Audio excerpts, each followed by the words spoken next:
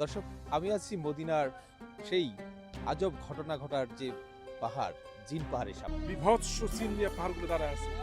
তাই আমি নিশ্চিত এখানে জিন আছে আছে আছে। এই যে ছাড়া হলো কি স্পিড, নিউট্রাল অবস্থায় গাড়ি যাচ্ছে।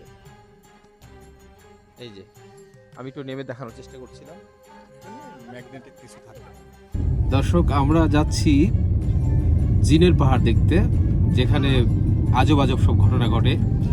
পানি নিচের দিকে না গড়িয়ে উপর দিকে গড়িয়ে যায়। যারা মদিনায় আসে সবাই জিনের পাহাড় দেখতে চায়।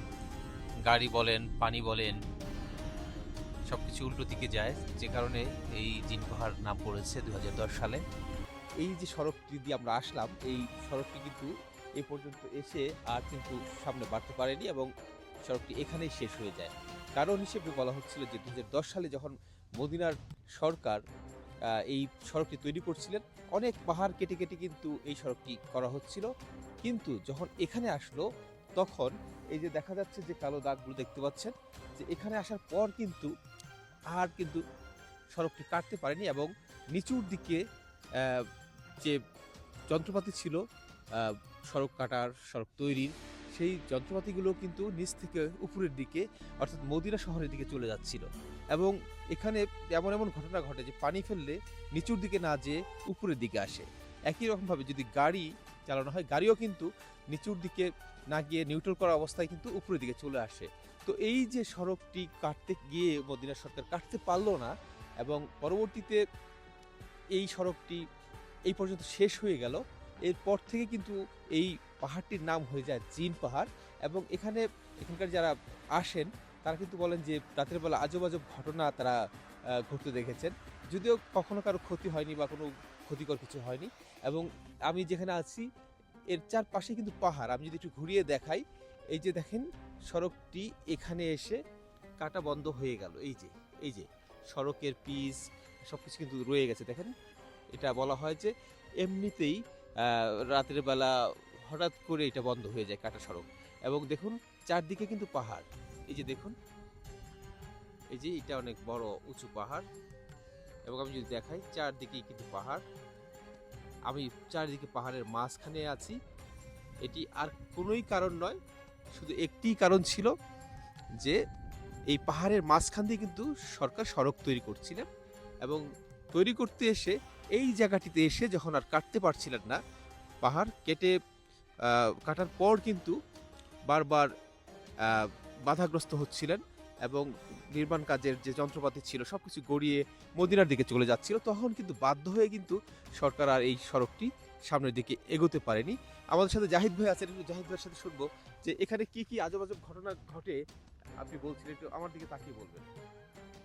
আমরা ওদিক থেকে মদিনা শহর থেকে মনে করেন জিন পাহাড়ের দিকে আসার সময় তখন দেখা যায় যে আমরা যদি রাস্তার গাড়িটা কি নিউট্রাল করে দিই, ওটা কি ঠিক উঁচুর দিকে কি যাওয়া শুরু করে। আবার অনেক সময় দেখা যায় যে কি কিছু কিছু জায়গার মধ্যে যে পানি ঢেলে দেখা যায়, অথবা আপনার সম্পূর্ণ ফুল বোতল দিয়ে পানির বোতল ফুল করে রেখে দেখা যায় যে কি নিচুর দিকে না গিয়ে বোতলটাকে ঠিক উল্টো দিকে যায়। কিন্তু এগুলো দেখে আসতেছে অনেক বছর ধরে, কিন্তু পাহাড়টা কিন্তু দেখার মতো একটি জায়গা, স্পেসটা অনেক সুন্দর। জিন পাহাড় বলে কেন জিন সবাই?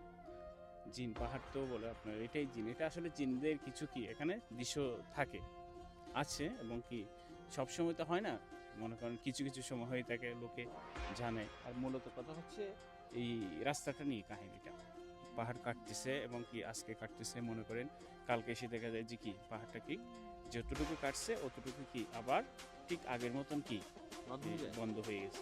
আচ্ছা, জাহিদ ভাই বলছিলেন যে যতটুকু রাস্তা কাটা হচ্ছিল ততটুকুই কিন্তু পরদিন আবারও বন্ধ হয়ে যাচ্ছিল। তো এখানকার মানে এই যে জিন পাহাড় দেখতে কিন্তু দেখেন যে একটা পর্যটন কেন্দ্রের মতো হয়ে গেছে। এখানে প্রচুর মানুষজন এখানে কিন্তু আসছেন, দেখছেন। এবং তারা কিন্তু এই জিন পাহাড়ের যে কৌতূহল তৈরি হয়েছে মানুষের মাঝে, এই কৌতূহল দেখতে চেষ্টা করে। এবং তারা কিন্তু আহ, মানে পরীক্ষা করার চেষ্টা করে যে আসলে আসলে কাজ হচ্ছে কিনা। এবং প্রচুর মানুষ দেশের বিভিন্ন অঞ্চল থেকে এই মদিনায় আমাদের প্রিয় নবী হযরত মুহাম্মদ সাল্লাল্লাহু আলাইহি ওয়াসাল্লামের রওজা মোবারক করতে আসেন। মোবারক করতে এসে তারা কিন্তু এই স্পটটিতে সবাই আসেন। এবং আসার পর কিন্তু দেখতে পান যে এখানে কিন্তু পর্যটন নগরীর মতো হয়ে গেছে। এখানে দেখুন উট সাজিয়ে রাখা হয়েছে। এটা জিন পাহাড়। জিন পাহাড় কেন? মো মালুম বাংলাদেশি জিন পাহাড় দেখতে আসেন, কি দেখলেন? দেখলাম খুব আল্লাহর সৃষ্টি দেখতেছি।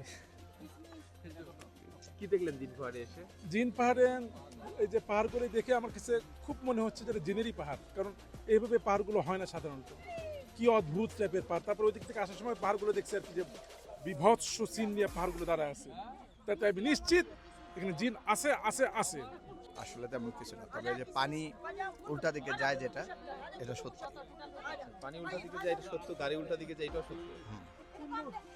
পানি উল্টা দিকে যেতে দেখছি। কেন এমন হয় বলে মনে করেন?